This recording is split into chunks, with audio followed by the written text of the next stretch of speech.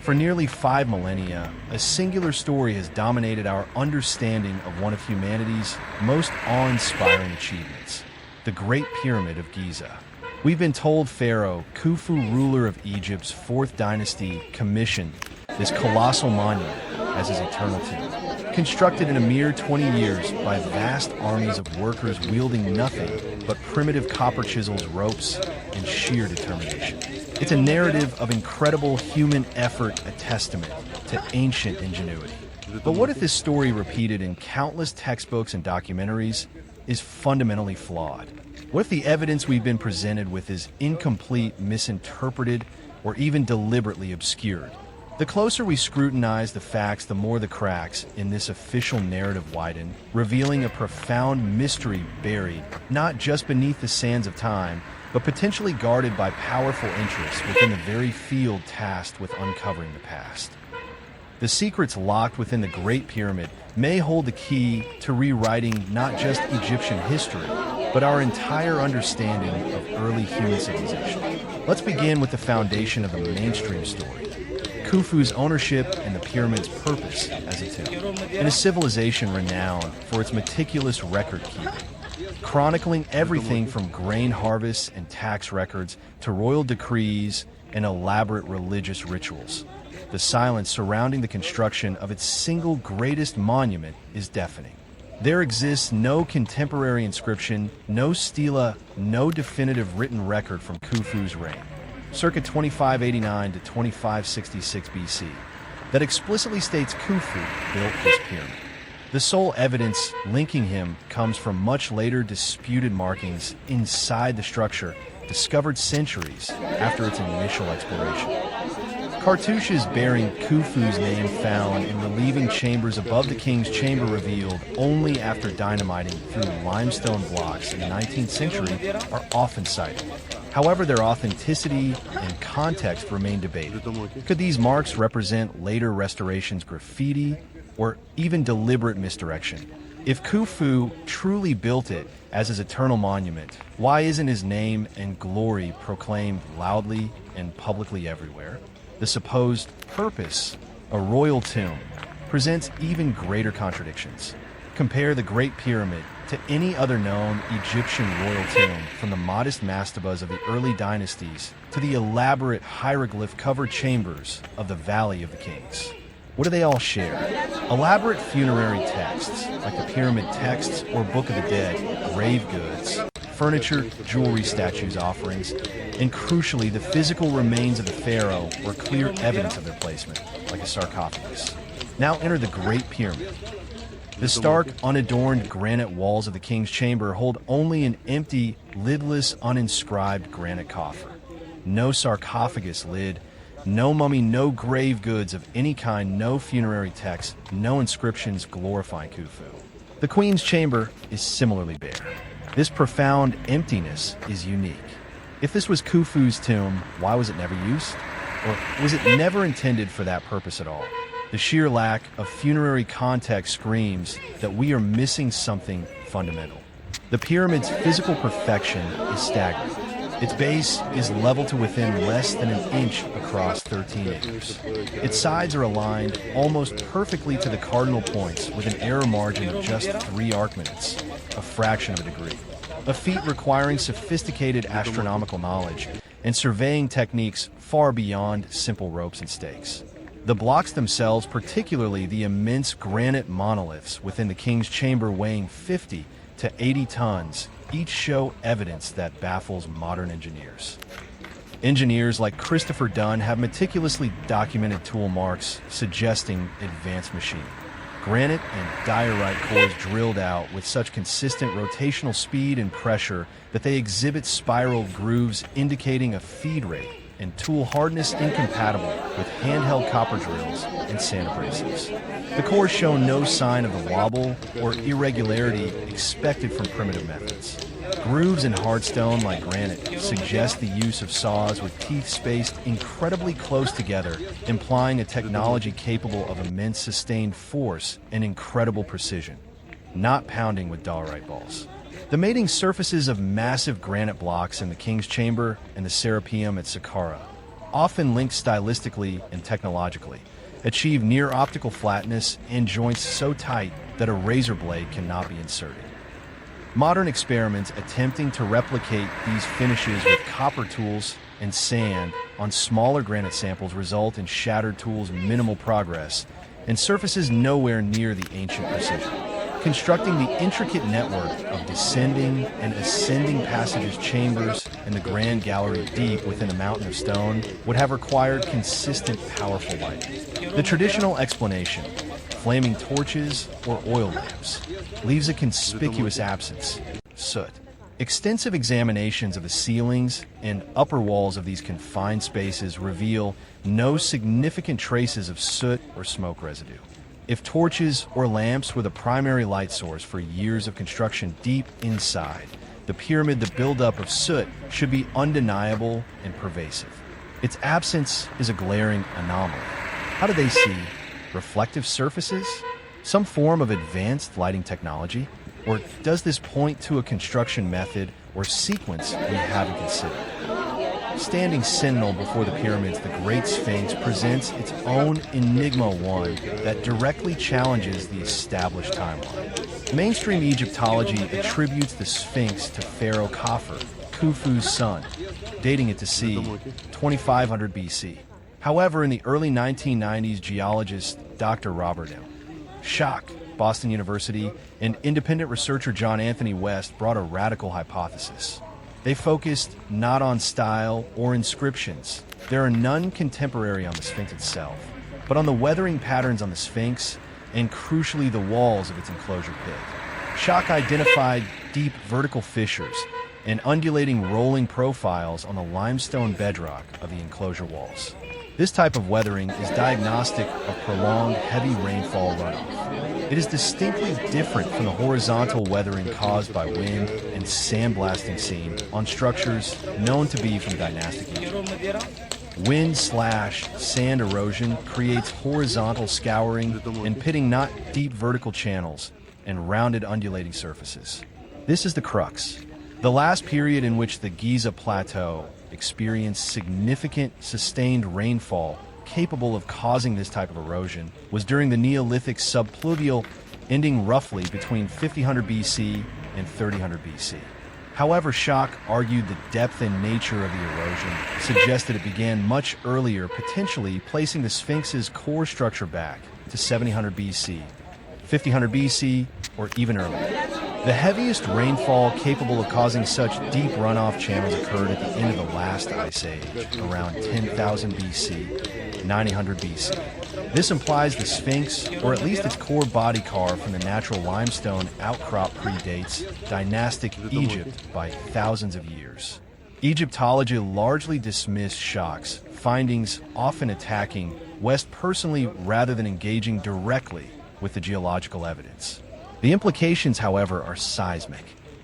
If the Sphinx is vastly older, it shatters the timeline.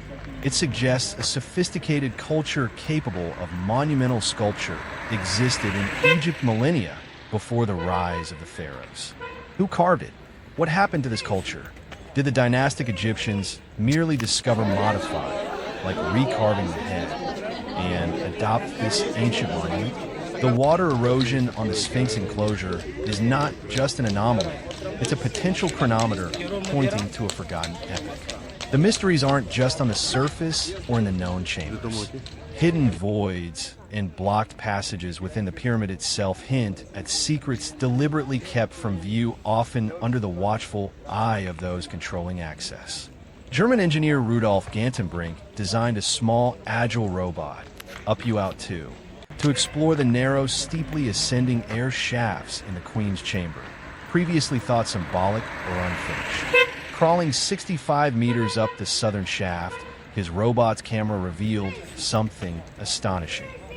A small, exquisitely crafted limestone door blocking the shaft, fitted with two highly polished copper or bronze fittings resembling handles. The precision and the presence of metal deep within the pyramid were unprecedented.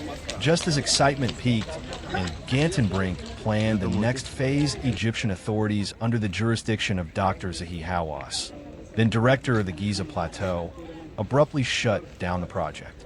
No clear scientific reason was given that satisfied the international community. The door, nicknamed Gantenbrink's door, became an icon of hidden knowledge. After nearly a decade of public pressure, a National Geographic-sponsored team, led by Hawass, returned with a robot. They drilled a small hole through the limestone slab, only to reveal another smooth limestone surface a few centimeters behind it. This second blocking stone glimpsed through the tiny hole showed no handles, but hinted at a small cavity beyond. No further exploration was permitted. The contents of the small cavity and what lies beyond the second door remain completely unknown.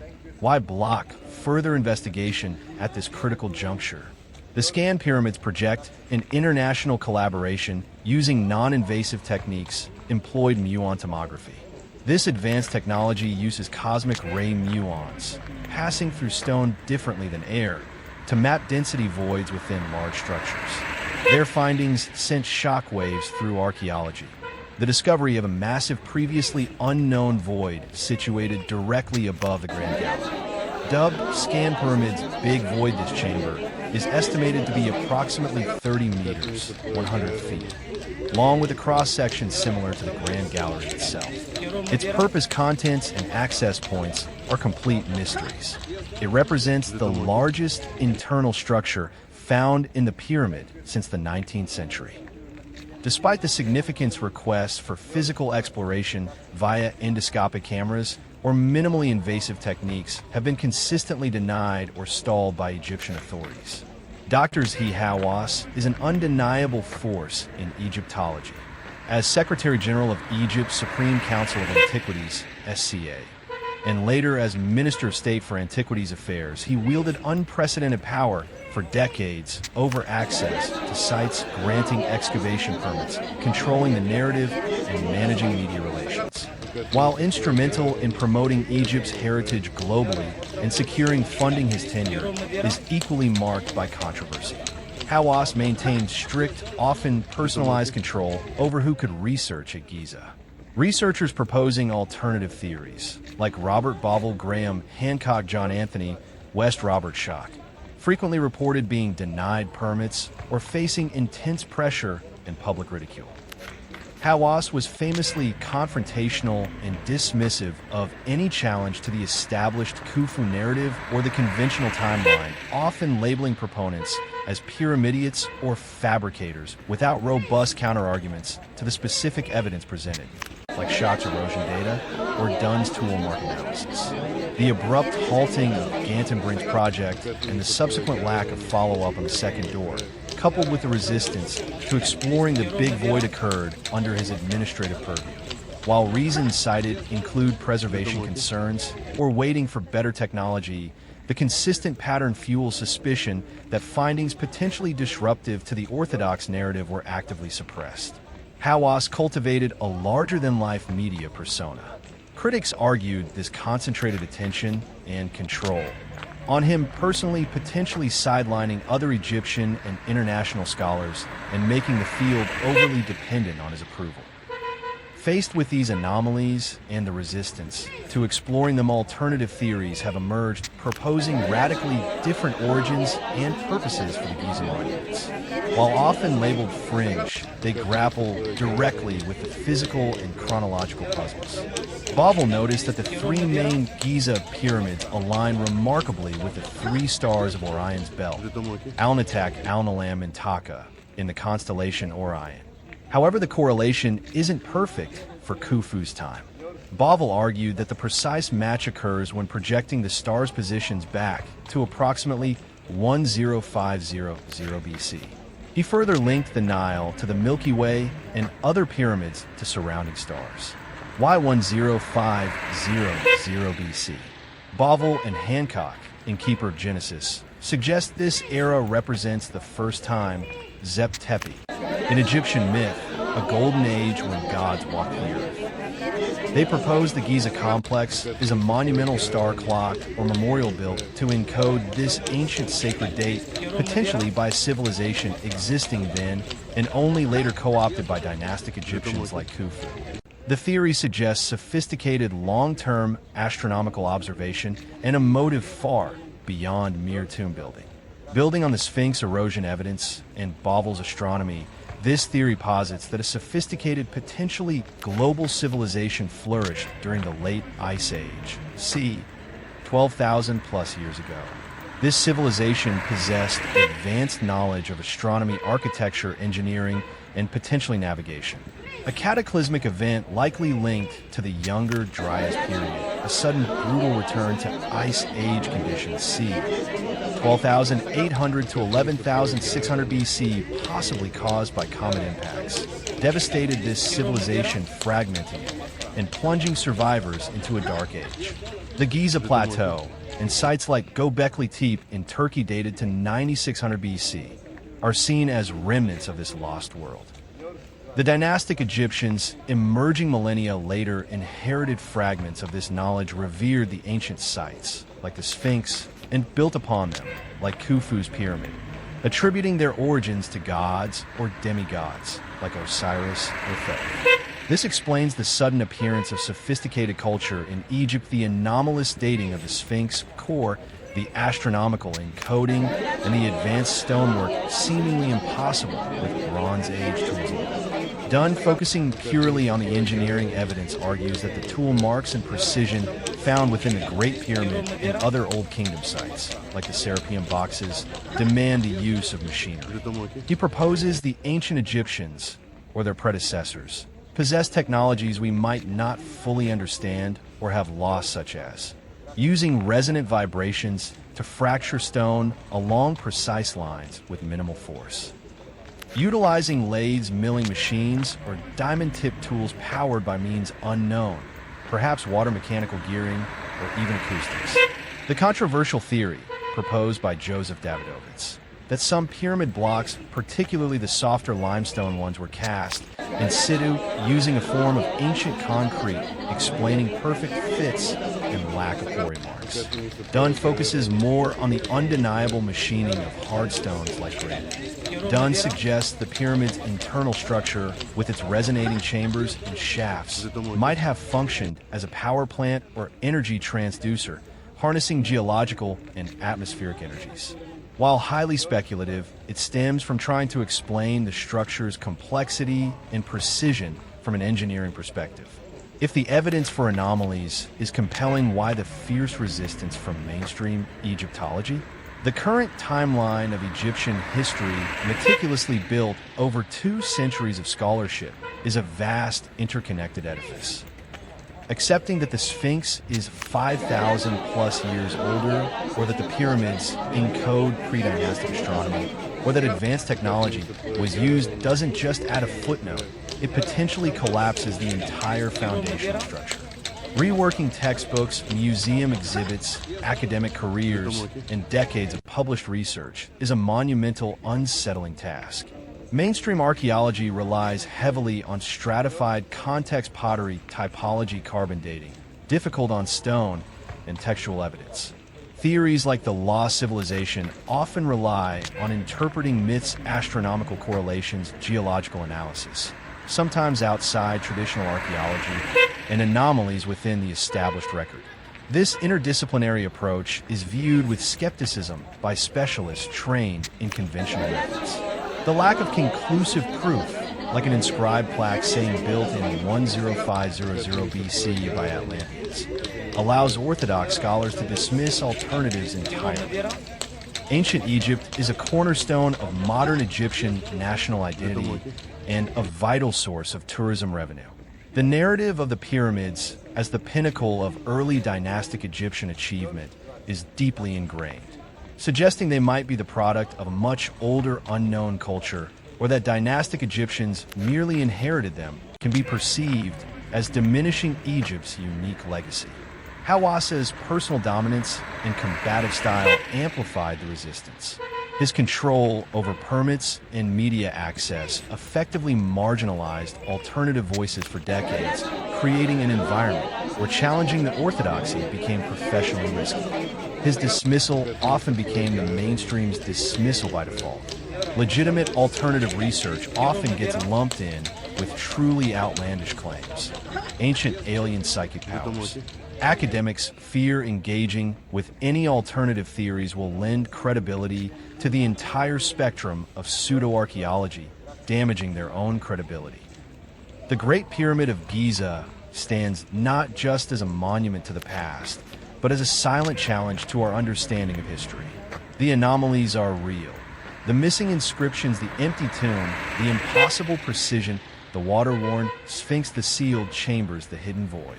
The resistance to fully exploring these mysteries, particularly under previous regimes, is a matter of record. Whether the answer lies in recognizing lost technological sophistication within dynastic Egypt itself, or in acknowledging the fingerprints of a forgotten Ice Age civilization, the implications are profound. It suggests human history is far older, more complex, and potentially more technologically advanced in deep antiquity than we currently accept. It forces us to reconsider the resilience and capabilities of ancient peoples and perhaps the cyclical nature of civilization itself. Rise, cataclysm, dark age, and rediscovery. The sealed doors within the Great Pyramid, Gantenbrink's door, the blocking stone behind it, and the entrance to the Big Void are more than physical barriers. They are symbols of the barriers to knowledge. Will future Egyptian authorities, embracing genuine scientific openness and international collaboration, finally permit their exploration? Will we deploy the endoscopic cameras, the microsensors, the minimally invasive techniques to peer behind the limestone and into the void? The sands of Egypt hold more than just dust. They hold buried truths waiting to be unearthed. Discovering what lies hidden within the Great Pyramid isn't just about satisfying curiosity, it's about reclaiming a lost chapter of the human story. It's about understanding who we truly are and what we are capable of not just now, but across the vast expanse of time. The greatest secret of the Great Pyramid may not be what it hides, but what its revelation could mean for all of humanity. The key is in our hands. We must choose to turn it.